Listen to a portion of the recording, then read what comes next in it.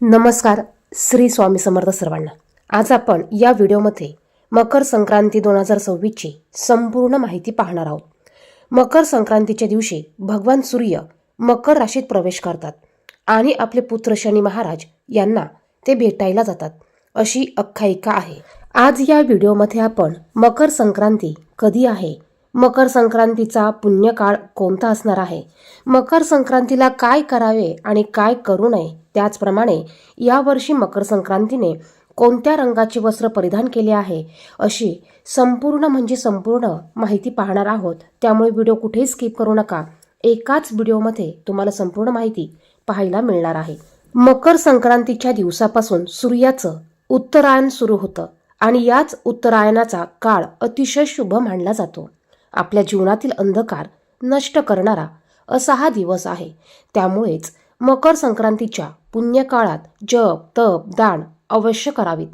यंदा 2026 मध्ये मकर संक्रांती कधी येणार, मकर संक्रांतीचे वाहन काय आहे, मकर संक्रांती कशावर बसून येणार आहे, मकर संक्रांती कोणत्या रंगावर आली आहे आणि कोणत्या दिशेला जात आहे, पुण्यकाळ कोणता, मकर संक्रांतीचे संपूर्ण फळ नक्षत्र कोणते, या दिवशी कोणते दान करावे, काय दान करावे, ही संपूर्ण माहिती आपण पाहणार आहोत. व्हिडिओ बघायला आवडत असेल तर कमेंट बॉक्समध्ये श्री स्वामी समर्थ नक्की लिहा. आपल्या हिंदू धर्मामध्ये मकर संक्रांतीला फार महत्त्व आहे. जेव्हा सूर्य मकर राशीत प्रवेश करतो त्या शुभ योगाला मकर संक्रांत असं म्हणतो. मकर संक्रांत हा सण आपण अगदी आनंदाने साजरा करत असतो. हा सण नेहमी आपण जानेवारीमध्ये 14 किंवा 15 तारखेला बघत असतो. बहुधा हा सण 14 जानेवारीला साजरा केला जातो. 14 जानेवारी 2026 रोजी यंदा मकर संक्रांत आली आहे. ही याच दिवशी षटतिला एकादशी देखील आली आहे. बघा, या वर्षी एकादशी, षटतिला एकादशी आणि मकर संक्रांत हे एकत्र आपण साजरे करणार आहे. एकाच दिवशी या दोन्ही तिथी आलेल्या आहे. शके 1947 पौष कृष्ण 11 बुधवारी 14 जानेवारी 2026 रोजी दुपारी ठीक 3:06 सूर्य मकर राशीत प्रवेश करतो.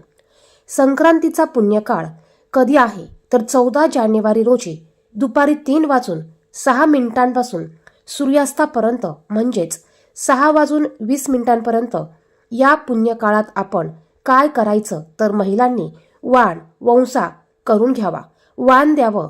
दान आपण या काळामध्ये करू शकतो.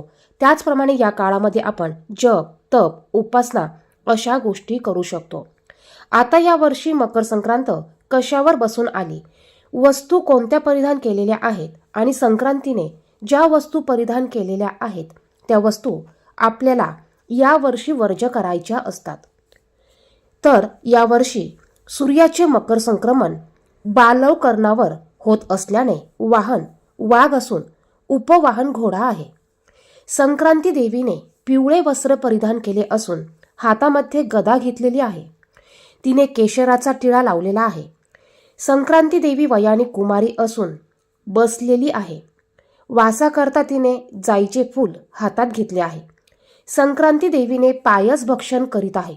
म्हणजे बघा, यावर्षी आपल्याला दुधाचे पदार्थ हे आपल्याला खायचे नाही किंवा यावर्षी दुधाचे पदार्थ, पांढरे पदार्थ हे महाग होणार आहे. जे पदार्थ शक्यतो दुधाचे किंवा दूध या दिवशी हे पदार्थ शक्यतो खाणं टाळावं. ती सर्प जातीची आहे. भूषणार्थ तिने मोती धारण केले आहे. वार नाव व नक्षत्र अनुराधा आहे. वार नाव मंदाकिनी आहे. संक्रांती देवी पूर्वेकडून पश्चिमेस जात आहे व वायव्य दिशेस पाहत आहे. संक्रांतीचे फळ, संक्रांतीने ज्या वस्तू परिधान केलेल्या आहेत त्या वस्तू महाग होतील. संक्रांती जेथून आली आहे तेथील जनतेला सुख प्राप्त होईल. पर्व काळामध्ये द्यावयाचे दान, नवे भांडे, गाईला घास, अन्न, तिळपात्र, तिळाचे पदार्थ, गूळ, तीळ, सोने, भूमी, गाय, वस्त्र, घोडा इत्यादी वस्तू आपण आपल्या यथाशक्तीने दान कराव्यात. मकर संक्रांतीचा सण हा खास करून 3 दिवस चालतो. संक्रांतीच्या आदल्या दिवशी भोगी हा सण साजरा केला जातो. तर यंदा भोगी हा सण मंगळवार 13 जानेवारीला साजरा केला जाणार आहे. 14 जानेवारीला मकर संक्रांत असणार आहे आणि 15 जानेवारीला किंक्रांत हा सण साजरा केला जाणार आहे. किंक्रांत म्हणजे करी दिन गुरुवार दिनांक 15 जानेवारी 2026ला असणार आहे. अशा प्रकारे तिन्ही दिवसांचं वेगळं असं महत्त्व आहे. आपल्याकडे 3 दिवस अगदी छान आणि उत्साहाने मकर संक्रांतीचा सण साजरा केला जातो. त्याचबरोबर महिलांचा हळदी कुंकवाचा कार्यक्रम आणि तिळगुळ वाटपाचा कार्यक्रम रथसप्तमीपर्यंत चालतो. संक्रांतीपासून ते रथसप्तमीपर्यंत तुम्ही हळदी कुंकवाचा कार्यक्रम हा करू शकतात. तर अशा प्रकारे तिळगुळ घ्या आणि गोड गोड बोला असं म्हणून तिळगुळ देऊन हा संक्रांतीचा सण साजरा केला जातो. संक्रांतीच्या दिवशी पतंग उडवण्याला महत्त्व आहे. या दिवशी सुवासिन महिला खण पुसतात. महिला एकमेकांना वंसा देतात, देवांना वंसा देतात. संध्याकाळी सर्वजण एकमेकांना तिळगुळ देऊन तिळगुळ घ्या आणि गोडगोड बोला असं म्हणून एकमेकांचा गोडवा हा वाढवत असतात. माझ्या ताई आणि दादांनो, व्हिडिओ थोडा मोठा होऊ शकतो तेव्हा व्हिडिओ कुठेही स्किप करू नका. व्हिडिओ जर का बघायला आवडत असेल तर एक लाईक नक्की करा. संक्रांतीच्या काळामध्ये दान करण्याला अतिशय महत्त्व असतं. तर आपण या काळामध्ये कोणते दान करू शकतो? या पर्व काळामध्ये वस्त्रदान करावं, भांड्याचं दान करावं, अन्नदान करावं, फळे दान करावी आणि गायसुद्धा दान करावी. नवीन भांडे आपण देऊ शकतात, तिळपात्र देऊ शकतात. ब्राह्मणाला किंवा याचकांना दान करत असताना आपण अन्न देऊ शकतात. गूळ, तीळ, वस्त्र, गोग्रास अवश्य द्यावे. या दिवशी आपण सत्यनारायणाची पूजा करू शकतात. तसेच तीळ हवन, तिळाचे दान, त्याचप्रमाणे तिळाचा होम आपण या पद्धतीने तिळाचं अर्पण, या पद्धतीने तिळाचे 6 प्रकारचे दान आपण या दिवशी करू शकतो. आता ह्या सगळ्या वस्तू आपल्या परिस्थितीनुसार आपण दान करायचे आहे. आपल्या यथाशक्तीने आपल्याला शक्य होईल तेवढ्या वस्तू, तितक्या वस्तू आपण ह्या दान करू शकतो. हा जो मकर संक्रांतीचा काळ आहे, या काळामध्ये उबदार कपडे किंवा ब्लँकेट अशा वस्तूसुद्धा दान करण्याला अतिशय महत्त्व आहे.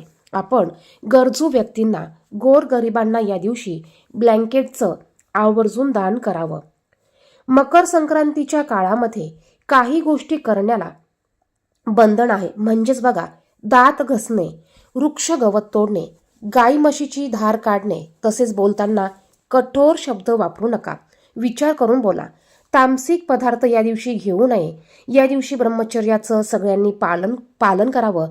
तर या गोष्टी आपल्याला संक्रांतीच्या काळात वर्ज्य करायच्या असतात.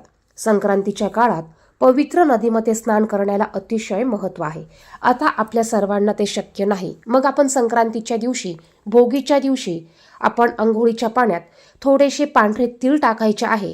गंगाजल असेल तर गंगाजल किंवा गोमतीर पाणी टाका किंवा पंचगव्य टाका आणि आपल्याला या पाण्याने अंघोळ करायची आहे. त्याचप्रमाणे तिळाचा कूट अंगाला लावून, उटणासारखा अंगाला चोळून लावून आपल्याला या दिवशी स्नान करायचं आहे. याला अतिशय महत्त्व आहे. मकर संक्रांतीच्या काळामध्ये सूर्य हा धनु राशीतून मकर राशीत प्रवेश करतो, ज्याला सूर्याचं उत्तरायण सुरू झालं असं आपण म्हणत असतो. आणि या काळामध्ये दिवस मोठा आणि रात्र ही लहान असते. दान धर्मासाठी हा काळ अतिशय शुभ मानला जातो. मकर संक्रांत ही संक्रांतीच्या दिवसापासून ते रथसप्तमीपर्यंत साजरी केली जाते. संक्रांतीने ज्या वस्तू परिधान करायच्या असतात आणि यावर्षी संक्रांतीने पिवळं वस्त्र परिधान केलेलं आहे, त्यामुळे पिवळी साडी, पिवळे वस्त्र, पिवळे कपडे सुवासिन महिलेने वर्ज्य करायच्या आहे. त्याचप्रमाणे इतर व्यक्तींनी देखील शक्य झाल्यास या दिवशी पिवळे कपडे घालू नये.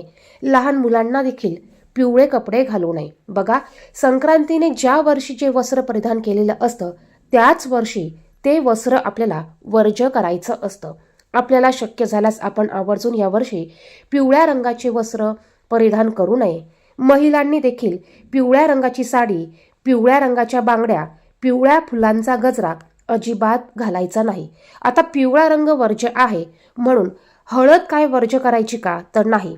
हळद ही सौभाग्य अलंकार अलंकारामधील एक वस्तू आहे. त्यामुळे हळद कुंकू आपण वापरू शकतात. हळदी कुंकू आपण संक्रांतीला महिलांना देऊ शकतात.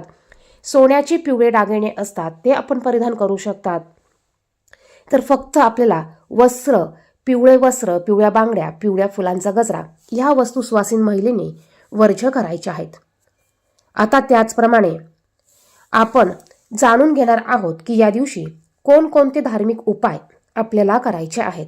या दिवशी धार्मिक उपाय: सकाळी तीळ मिश्रित पाण्याने स्नान करून सूर्याला अर्घ्य द्यावे. बघा, अंघोळ करताना आपल्याला सर्वांनीच अंघोळीच्या पाण्यात थोडेसे तीळ टाकायचे आहेत. त्यानंतर या दिवशी सूर्यदेवाला अर्घ्य द्यायचं आहे. अर्घ्य देताना आपल्याला तीळ मिश्रित पाण्याने सूर्यदेवाला अर्घ्य द्यायचं आहे. यामध्ये तुम्हाला काळे तीळ टाकायचे आहे आणि याने पितृदोष कमी होतो. काळे तीळ नसतील तर पांढरे तीळ टाकून तुम्ही सूर्यदेवाला अर्घ्य देऊ शकतात. त्याचप्रमाणे लक्ष्मी प्राप्तीसाठी या दिवशी कवड्या आणाव्यात आणि ह्या कवड्यांना दुधाने पंचामृताने स्नान घालावे. एका वाटीत हळद घेऊन ह्या कवड्या त्यात ठेवाव्या. तिळाच्या तेलाचा दिवा लावून याचं पूजन करावे. या दिवशी मुख्य दरवाजासमोर तुपाचा दिवा लावावा. तसेच तुळशीला तुपाचा दिवा लावावा.